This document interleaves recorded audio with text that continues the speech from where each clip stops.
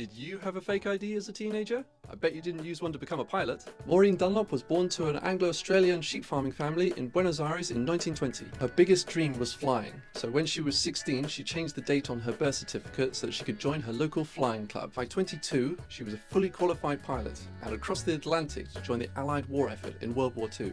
But there's a problem.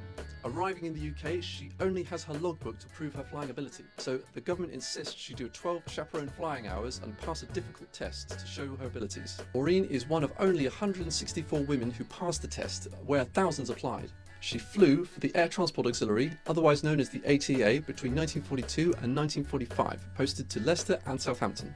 The ATA was the only organisation where women were allowed to fly.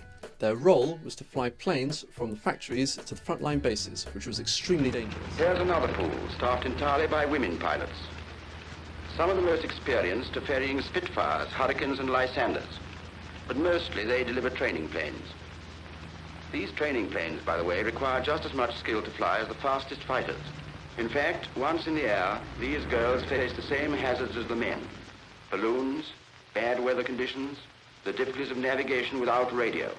And if it comes to that, there's always the chance of a strayed jelly. Maureen was beautiful and daring, and she flew fast planes, including the Spitfire, the Hurricane, the Lancaster and the Mosquito.